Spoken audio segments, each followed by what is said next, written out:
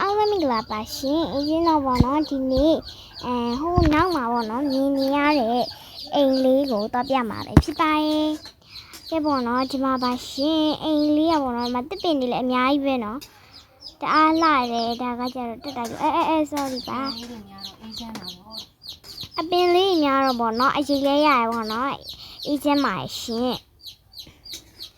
ဒီမှာပေါ့နော်ဒါကတော့ဒီမှာပါရှင်နေရာလေးอ่ะပေါ့နော်အရင်ကတာရပါတယ်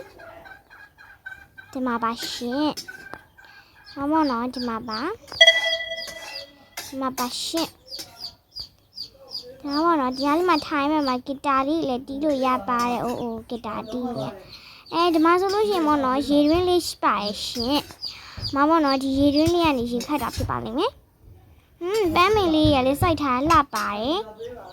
မပေါ့နော်အပင်လေးကတစ်ပင်အင်းလေးပဲဖြစ်ပါတယ်အပင်လေးရဲ့တိုင်ရပေါ့နော်ဒီမှာပါတစ်ပင်လေးနဲ့လှုပ်ထားပါရှင်ဒီမှာပေါ့နော်ဒီမှာပါရှောက်တက်သွားမယ်နော်အိမ်မော်တက်ပါမယ်ဝေါလှလိုက်တာအိမ်လေးရဲ့ချစ်စရာလေးဒီမှာအထဲဝင်လိုက်မယ်နော်ဒီမှာပေါ့နော်တစ်ပင်လေးလည်းတွေ့နေရပါရှင်ဒီမှာပါဒါပေါ့နော်ဒီအောက်ကနေပြီးတော့တိုင်ကုန်းအိမ်ပေါ့နော်အဲ့ပါအထဲဝင်လိုက်မယ်ပေါ့နော်မိုက်တိုက်တာအင်လေးရပေါ့နော်တကယ်မိုက်ပါတယ်ဒါဘလို့တက်ကလည်းမသိပါဘူးဒီလိုတက်ကြည့်ဒါကတော့အပေါ်တက်လေးပဲဖြစ်ပါရဲ့ရှင်တပင်းရပေါ့နော်အရှိကြီးဆိုအပေါ်တက်ရှိပါတယ်ဒီမှာဆိုလို့ရှိရင်တော့ runner ရှိပါရဲ့ရှင်နားလေးပါနော်